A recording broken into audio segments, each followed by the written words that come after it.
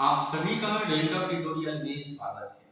आज के इस क्लास में हम लोग क्लास 12 के फर्स्ट चैप्टर्स रिलेशंस को कवर करेंगे।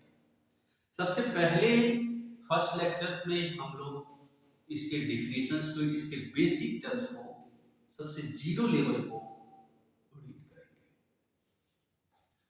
तो डेफिनेशन इसका क्या कहता है उसके ऊपर आप ध्यान दोगे। Relation defined from the set A to set B, जिसको आप इस तरीके से लिख सकते हैं। यानी ये जो बात, जितनी भी बात बताई गई है उन सभी को आप मैथमेटिकली इतनी बातों में लिख सकते हैं।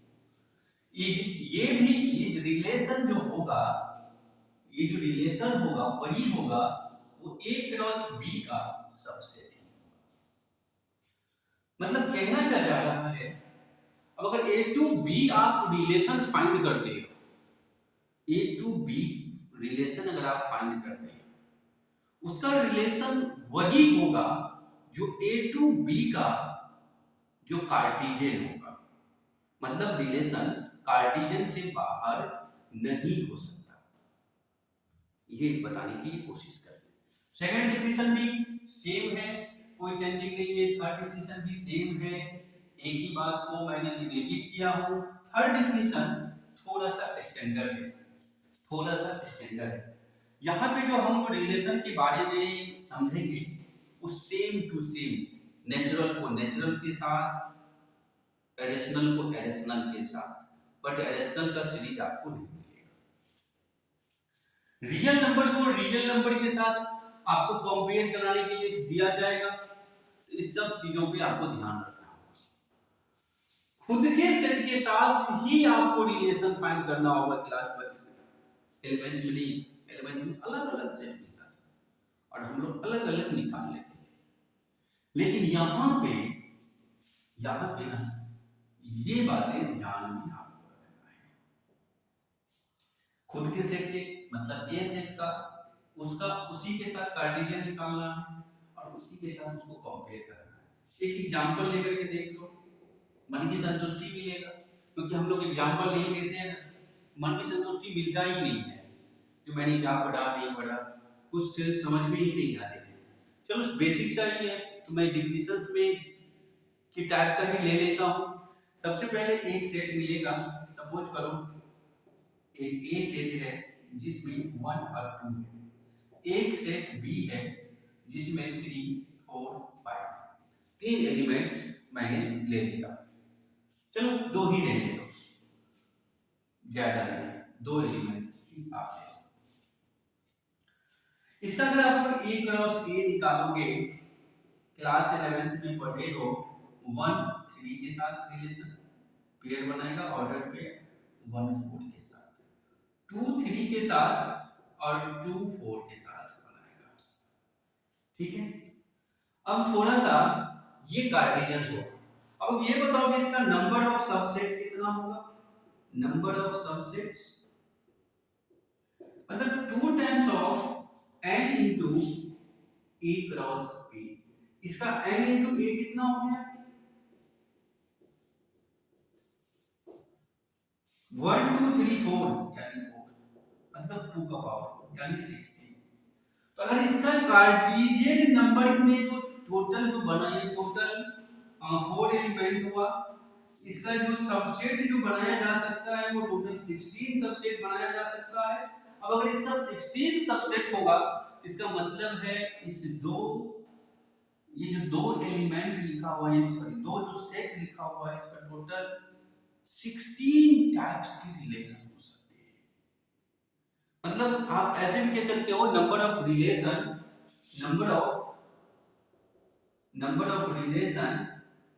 कितना होगा, उतना होगा जितना नंबर ऑफ सबसेट्स होगा, जितना नंबर ऑफ सबसेट्स होगा। यानी उतने रिलेशन संभव है जितने नंबर्स ऑफ सबसेट्स संभव है, ना तो उससे एक कम ना एक ज्यादा। इस बात को आप समझो। थोड़ा आप इसको और एक्सप्लेन करके बताओ सर जी, थोड़ा थोड़ा ये कंफ्यूज कर रहा है मेरे मामलों को, हजम नहीं होने दे रहा है। 4 एलिमेंट है, यानी फर्स्ट एक सेट ए है जिसमें 2 एलिमेंट है, बी में 2 है, चलिए उसका मैं ऑर्डर पेयर निकालता हूँ, तो वो 4 ही होते हैं। थोड़ा एग्जांपल देकर के सिखाओ, बताओ, कोशिश करो। तो यहाँ पे देखोगे बच्चा, एक रिलेशन ऐसा होगा, एक रिलेशन ऐसा होगा जिसमें 1 3 होगा और 2 4 हो गया। एक रिलेशन ऐसा होगा जिसमें 1 भी 1 3 है, 3 2 है। एक रिलेशन ऐसा होगा, एक रिलेशन ऐसा होगा 3 4 है, 3 4।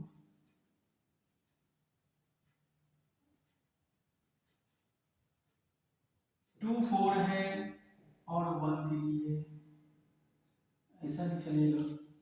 सोच लो क्या सब होगा, ले लो ले लो, जो मन में आ रहा है फिर क्या करोगे। हम भी मजबूर, तुम भी मजबूर, दुनिया की सारी बातें मजबूर। मतलब इस टाइप की टोटल 16 रिलेशन होगा। फिर भी सर थोड़ा समझ में नहीं है यार, वेन डायग्राम से समझा दो, क्या पता आसान होगा। चलो एक और लिख देता हूँ, कहीं आर को ऐसा रिलेशन हो सकता है जिसमें कुछ दिखे ही ना, मतलब इम्पेटिव। तो मतलब ये ऐसे ही चलेगा। हाँ बच्चा, ये ऐसे ही बढ़ते हुए चले जाएगा, लेकिन टोटल 16 रिलेशन होगा, ना एक कम ना एक ज्यादा, इस बात को याद रखना। चलो इसको वेन डायग्राम से मैं समझने की कोशिश करता हूँ। वेन डायग्राम बहुत ही अच्छा मेथड माना जाता है रिलेशंस एंड फंक्शंस के लिए, तो क्यों ना मैं इसको एक बार वेन डायग्राम मेथड से भी समझने की कोशिश करें। वेन डायग्राम मेथड बहुत ही अच्छा और सुंदर है। तो वेन डायग्राम,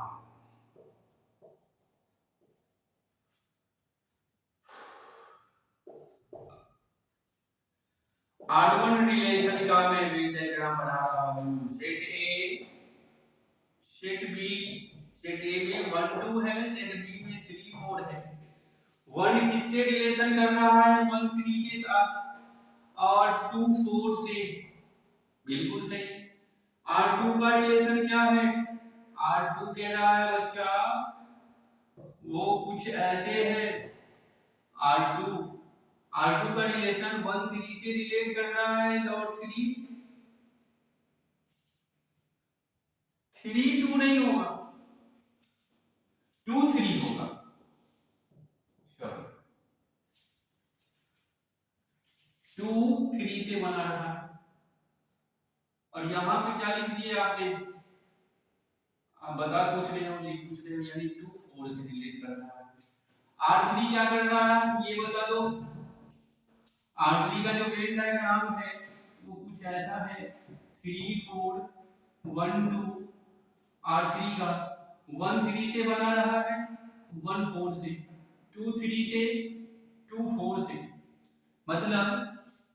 मतलब स्पष्ट है ये रिलेशन है। और बताओ ये R4 का रिलेशन क्या है? R4 का रिलेशन बच्चा ऐसा है, 3 है, 4 है, 1 है, 2 है, ये A सेट, ये B सेट, ये A सेट, ये B सेट, ये किसी से कुछ मैच नहीं कर रहा है, मतलब ये इम्पीटी रिलेशन है, इम्पीटी रिलेशन है जिसका कोई संबंध नहीं है, बाहर ब्रह्मचारी है। ठीक है, तो ये ऐसे ऐसे लॉजिक है, छोटे छोटे पॉइंट्स है, छोटे छोटे कॉन्सेप्ट है जिसको आप इजी से समझ सकते हो। हमें नहीं लगता ये डिफिकल्ट टर्म्स है और डिफिकल्ट फॉर्मेट है जो आपके लिए दिक्कत होगा। इसी में आपको थोड़ा सा डोमेन रेंज को भी दिमाग में रखना होगा, क्योंकि वो एग्जाम वाले पूछते हैं, बोर्ड्स पूछते आ रहे हैं। तो क्यों नहीं मैं पहले रिलेशंस की टाइप्स को स्टडी करने से पहले डोमेन्स को फाइंड कर ले, तो अच्छा है बेटा। जो अगला जो लेक्चर्स होगा वो डोमेन के बेसिस ही होगा, आप लोग उसको मिस मत करना। ये बेसिक टर्म था, जो इसको हम लोग रिलेशन कहता हूं। बात समझ रहे हो ना? इसमें ऐसी कोई बात नहीं है, ये सारी बातें डिफिनीशन ही है। किसको रिलेशन कहते हो? तो ये ऐसे ऐसे ऐसे पॉइंट्स को मैं रिलेशन कहता हूं। ये सब आपको एग्जाम में फाइंड्स नहीं करना है, इसके टर्म से बने हुए स्पेशल केस को समझना है। ठीक है, अगला जो मेरा क्लास होगा वो डोमेन रेंज होगा। नेक्स्ट डे आएगा वीडियो, रिकॉर्डेड वीडियो के साथ। ठीक है दोस्तों, मिलेंगे नेक्स्ट क्लास में, तब तक आप हमें दीजिए